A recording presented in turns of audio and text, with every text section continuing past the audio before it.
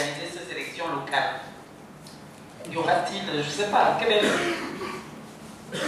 le système sur lequel on va organiser ces élections locales?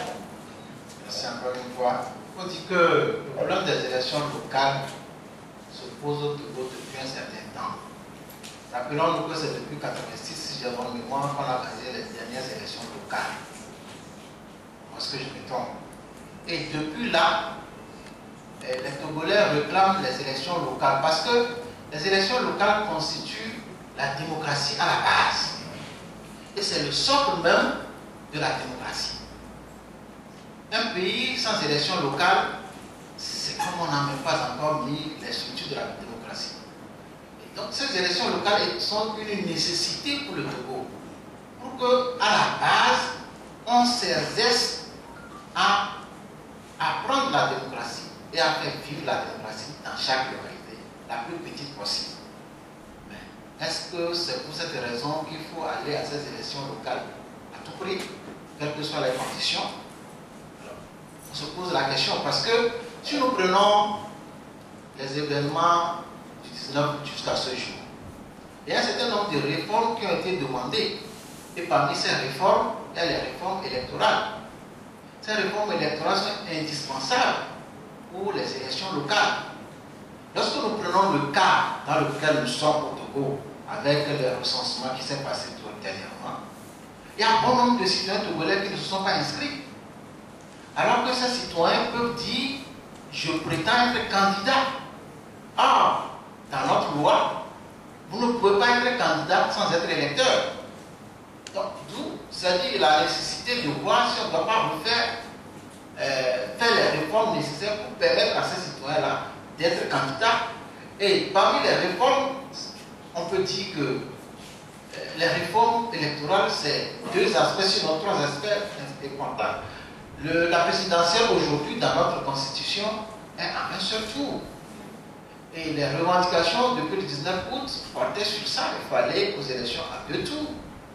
Et si nous prenons les élections des députés, les revendications aussi portaient à ce qu'on ait des élections à deux tours pour ces élections des députés. Alors vous allez me dire que ça ne concerne pas les locales. Ça c'est vrai. Les locales, c'est des élections toujours, disons, de scrutin de liste. Jusque-là, on s'est dit que ces élections qui vont se dérouler avec les scrutins de liste permettront vraiment de choisir les élus locaux. Mais une fois encore, il faut qu'une aussi des revendications qui étaient, disons, faisaient partie de ce que le 19 août a donné, c'est le vote de la diaspora. Mais jusque-là, les réformes électorales, aujourd'hui, le test que nous avons comme code électoral n'a pas encore précisé tous les contours de cela. Donc il faut faire en sorte que ces réformes aient lieu pour que les Togolais puissent en fait aller à ces élections et que ces élections puissent avoir un sens, le sens du développement de la localité et de la démocratie à la base. Sinon, si on va à une élection dans ces conditions, je crois que les grincements de dents seront encore là et comme je l'ai dit premièrement, la situation va être encore plus compliquée. Donc, nous pensons qu'il est une nécessité que le gouvernement puisse faire les réformes avant d'aller à ces élections locales. Mais la question c'est au gouvernement de faire le nécessaire pour que ces réformes-là aient lieu. Sinon, nous en tant que société civile, on va faire le plaidoyer, mais c'est au gouvernement de décider. Oui, merci. Ce qui est clair, c'est que même sans réforme, est-ce que si on respecte les textes existants, on aura un peu plus de transparence? Alors, si on respecte les textes existants, aujourd'hui, c'est que la transparence, on ne peut pas le décréter. Parce que, lorsqu'on parle de la transparence, c'est d'abord il faut parler de l'équité de l'élection avant de parler de la transparence.